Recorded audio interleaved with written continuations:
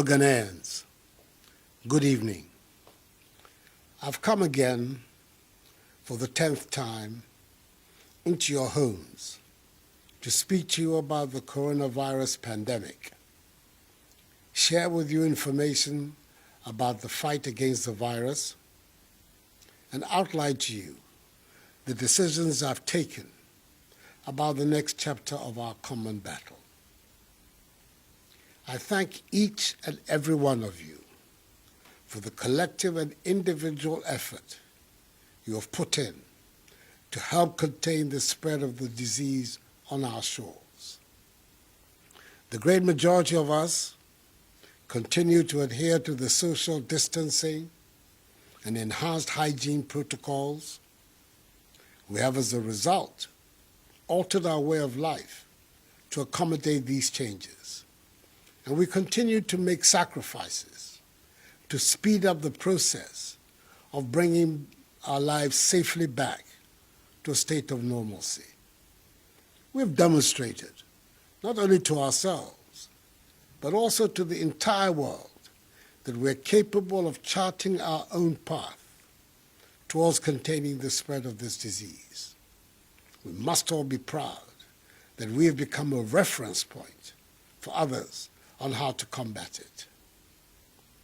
In all of this, I say a special aiku to our heroic healthcare workers, our efficient teams of contact tracers and testers, our far-sighted scientists, our professional security personnel, and responsible members of our media, who've done a yeoman's job over the last 11 weeks in the fight.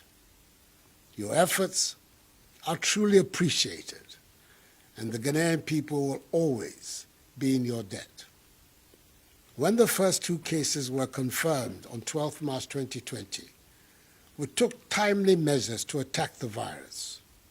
We decided that we would, 1, limit and stop the importation of the virus, 2, contain its spread, 3, provide adequate care for the sick, 4, limit the impact of the virus on social and economic life, and 5, use the opportunity afforded by the emergency to expand our domestic capability and deepen our self-reliance. To attain these objectives and respond to the clear evidence that large gatherings provide the most fertile grounds for the spread of the virus, on 15th March, 3 days later, under the Imposition of Restrictions Act 2020, Act 1012, I placed a ban on public gatherings and closed down all schools and universities. On 21st March, I closed all our borders by land, air, and sea. Subsequently, on 27th March, I placed restrictions on movement of persons in the Greater Accra metropolitan area, Tema, Kaswa, and the Greater Kumasi metropolitan area and contiguous districts for a period of 3 weeks.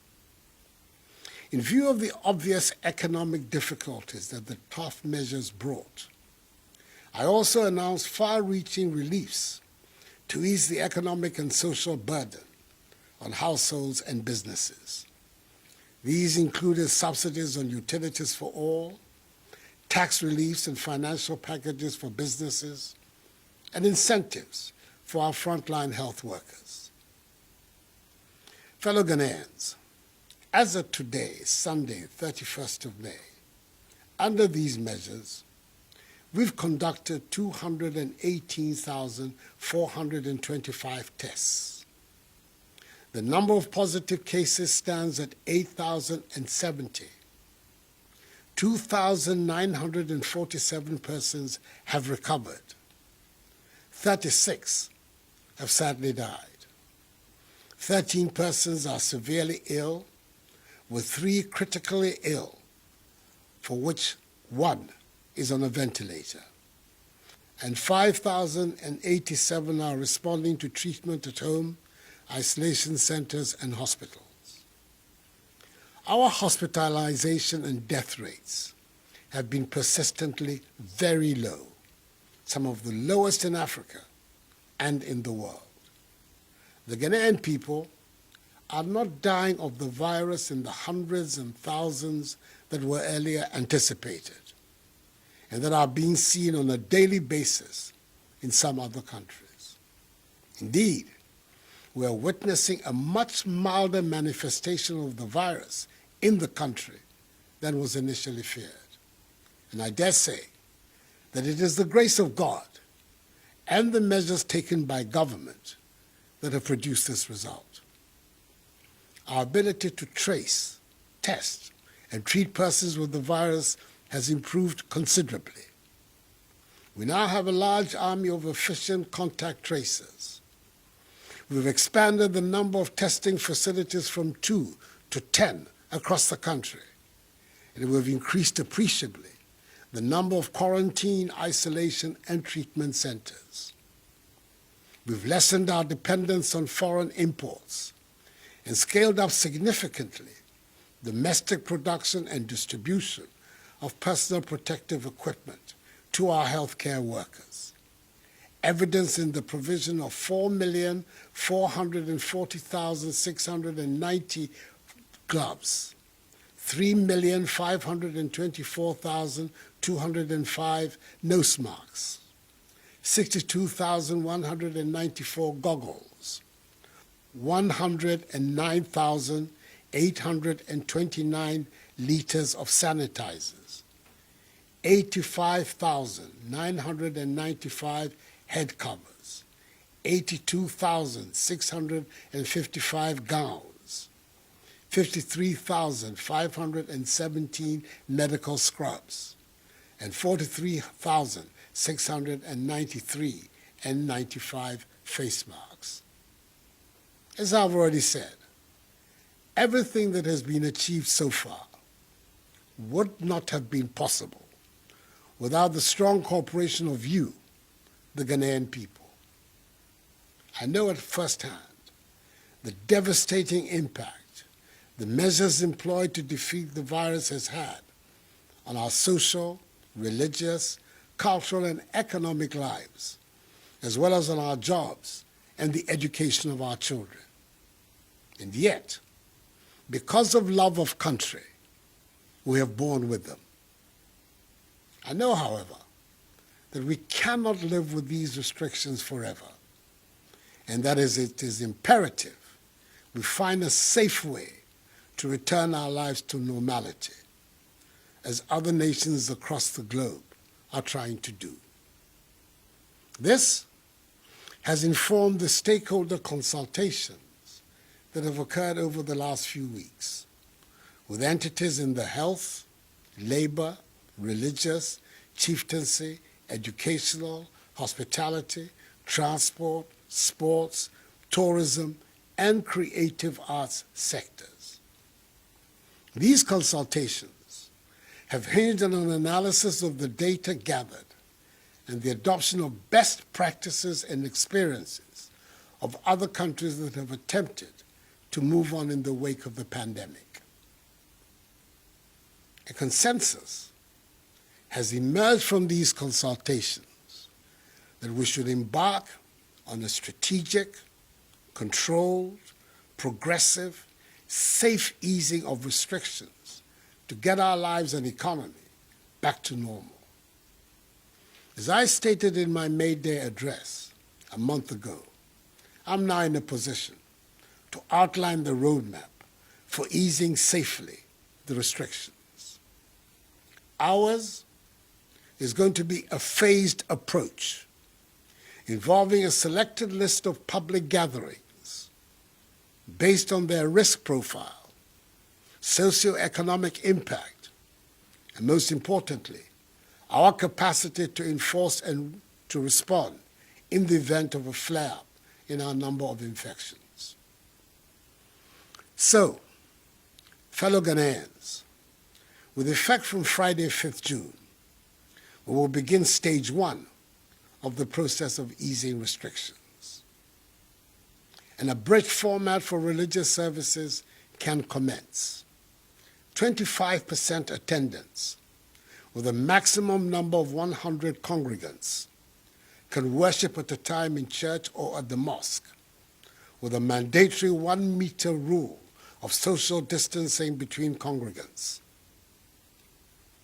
In addition to the mandatory wearing of masks for all persons at all times in churches and mosques, a register of names and contact details of all worshippers and hand-washing facilities and sanitizers must be provided, with a maximum duration of 1 hour for each service.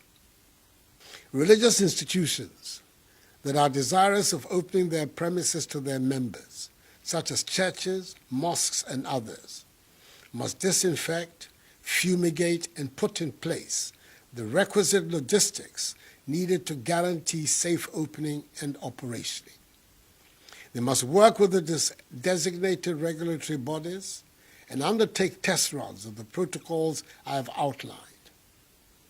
I would appeal to them, in the case of Christians, on the first Sunday of reopening, i.e. 7th June, in the case of the Adventists, Saturday, 6th June, and in the case of Muslims, on the first Friday, i.e. Salat al-Jum'ah, on 5th June, to dedicate their worship to prayers for the nation in these challenging times. The Minister for Religious Affairs will tomorrow, Monday, 1st June, outline in detail the specific guidelines for the safe reopening of our churches and mosques. From Monday, 15th June, the decision has been taken after engagement with the teacher unions, whose cooperation I salute, to reopen schools and universities to allow for final year, junior high, senior high, and university students to resume classes ahead of the conduct of their respective exit examinations. Indeed, final year university students are to report to their universities on 15th June. Final year senior high school SHS3 students, together with SHS2 Go Track students, on 22nd June. And final year junior high school JHS3 students on 29th June. JHS3 classes will comprise a maximum of 30 students. SHS classes a maximum of 25 students.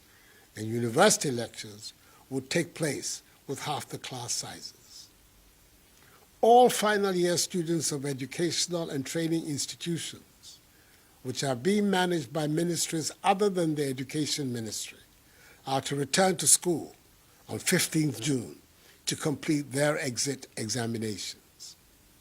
Again, prior to the opening of schools and universities, the Ministry of Education and the heads of public and private educational institutions will fumigate and disinfect their institutions. Each student, teacher, and non-teaching staff will be provided with reusable face masks by the Ministry of Education.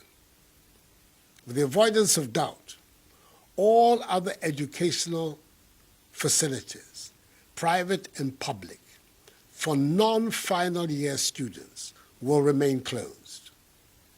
The Minister for Education in the coming days will outline in detail the specific guidelines for the safe reopening of our schools and universities. Private burials, now with a maximum of 100 persons, can continue to be performed. Restaurants providing seated services can operate under appropriate social distancing arrangements and hygiene protocols. Individual, non-contact sports can go ahead. Conferences, workshops, weddings, and political activities, except rallies, can now take place, but with limited numbers, not exceeding 100 persons present, with the appropriate social distancing and hygiene protocols.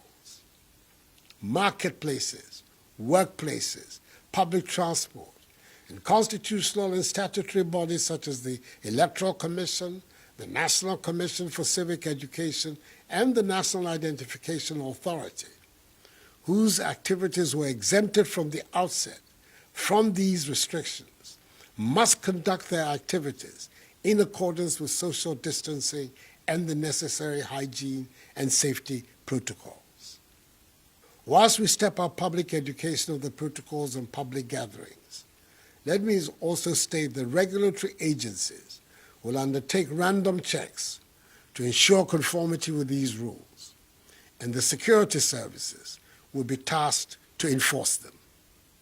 Should any institution fail to adhere to these directives, its activities will be immediately prohibited and relevant sanctions applied.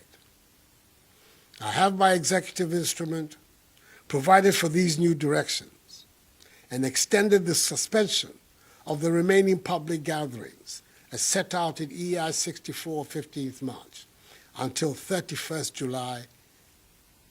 In here, I refer to the suspension of sporting events, nightclubs, cinemas, drinking spots, bars, beaches, festivals, funerals, political rallies, and large religious gatherings such as crusades, pilgrimages, and conventions.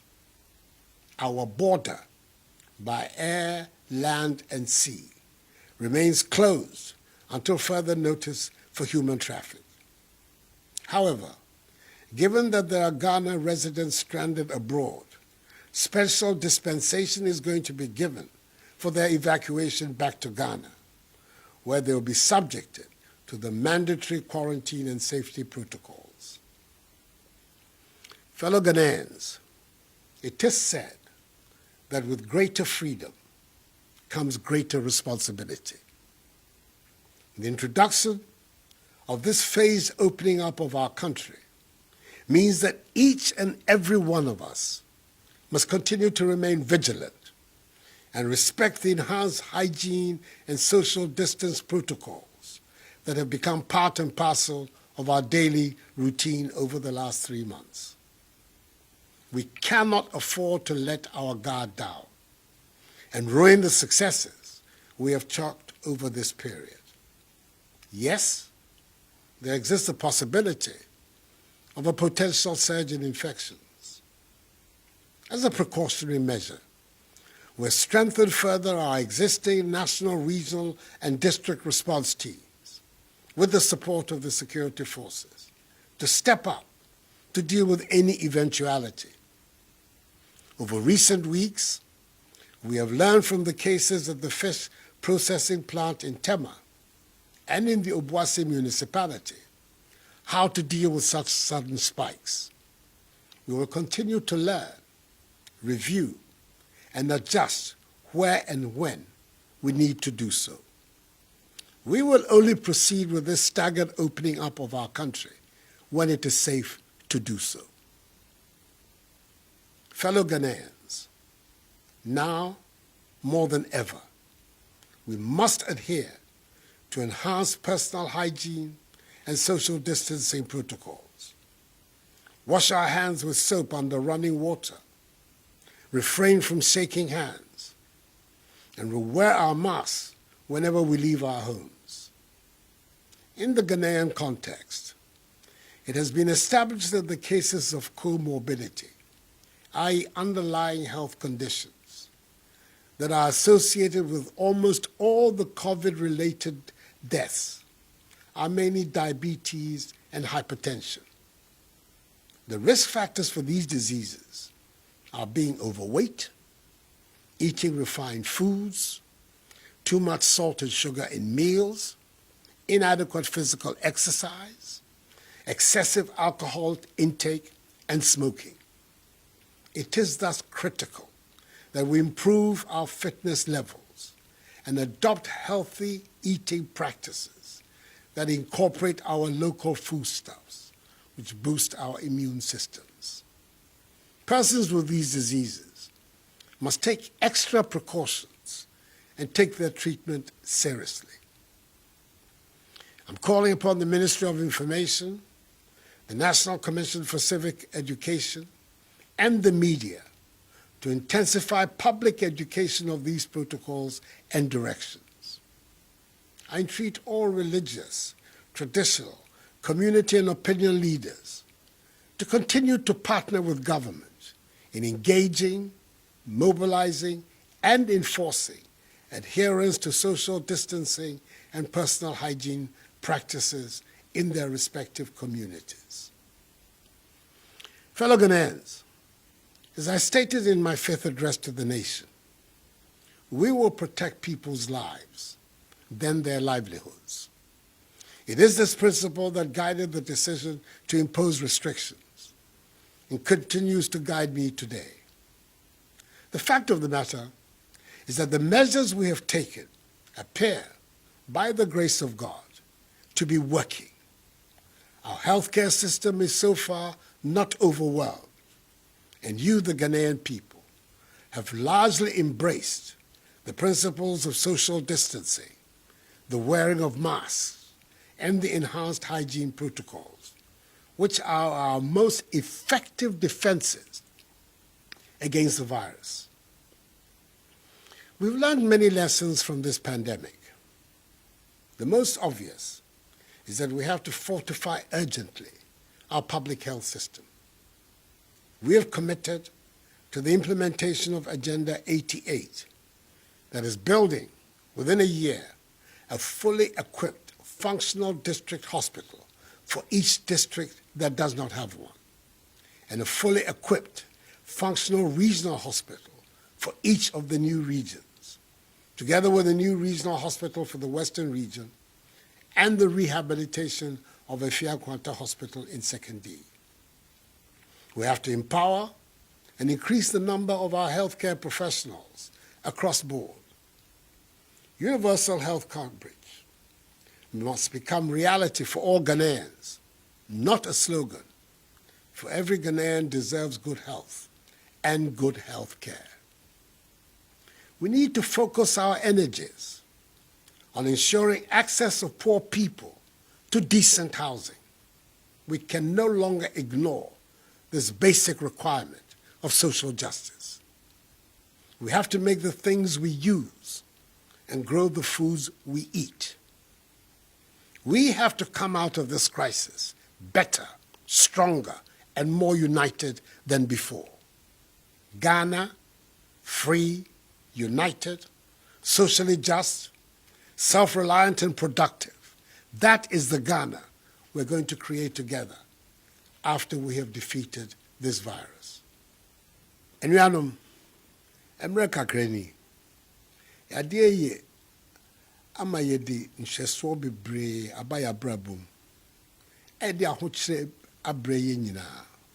Nanso, yame adaroma, nhyehyɛeɛ a yɛde egu kwan mu, ɛyɛ adwuma. Ɛno nti, yɛdu mmerɛ a ɛsɛ sɛ yɛgu nhyehyɛeɛ na mmara no mu kakra. Yɛnyɛ biribiara prɛko pɛ. Ɛfiri ɛnnɛ ɛkɔ, nipa kakra bɛtumi akɔ asɔre ne masalaakye. Yɛmba sukuufoɔ a wɔrebɛwie JHS, SHS ne university bɛtumi asan akɔ school akɔwie wɔn sɔhwɛ.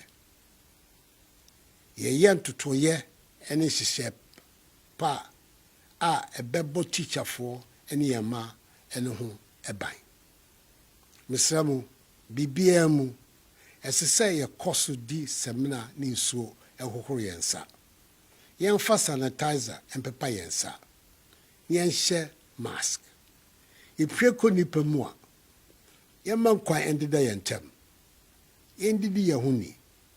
Ne yɛndi yɛn aduane titiriw. Mesrɛ mo, asɛm a meke, mongye ntom na motaa m'akyi. Na mommoa me, na me nso mentumi mmoa mo. Yɛayerɛ yi abɔ yɛn nyinaa fam. Nti yɛn nyinaa mbom, yɛnsɔre mpagya yɛn ɛne yɛn man Ghana. Ɛyɛ me mɛ, besane wɔte hefi mu fio. Ne hani bi mewa ɛha wɔ fɛn. Chinyɔmɔdromo na ɛka hefi mu na ne etuni no ewo mimba magbojo mi fio. Agbene, me fio banye, amebon somo, ke maslachi ya. Wabi ni yo JHS, SHS, ke university, ni ame ba gbena, me banya ameya, ni ameya gbena. Mi tok bejiano, koni school bi, ke ame ni choloy, ni sane ko akaba. Isani waha be aka wote, ni wa forwarding, ni wa kwe sanitizer afe wode, ni wa wo mask, ni wa kwe wahe ojogba, ni wa ye woma ni eni. Mi kpanye fai. Sane mi yone, nye hia, nye ye. Ni nye ba finse. Nye wame ni mi huma nye ma wanye. Hela ne, an wofen wo gbeshi, no. Nye wofen wo fe kome. Ni wo hino, ke woma Ghana. Fellow Ghanaians, ultimately, the battle is the Lord's. And with faith in him, we will emerge from this greater than before. We are one people. We are Ghanaians. And we stand together in joy and in times of trouble. We are a people with an exceptional history. And we are the proud promoters of the Black Star of Africa. We've all gone down together. We should all rise together. This too shall pass. May God bless us all and our homeland Ghana and make her great and strong. I thank you for your attention and have a good night.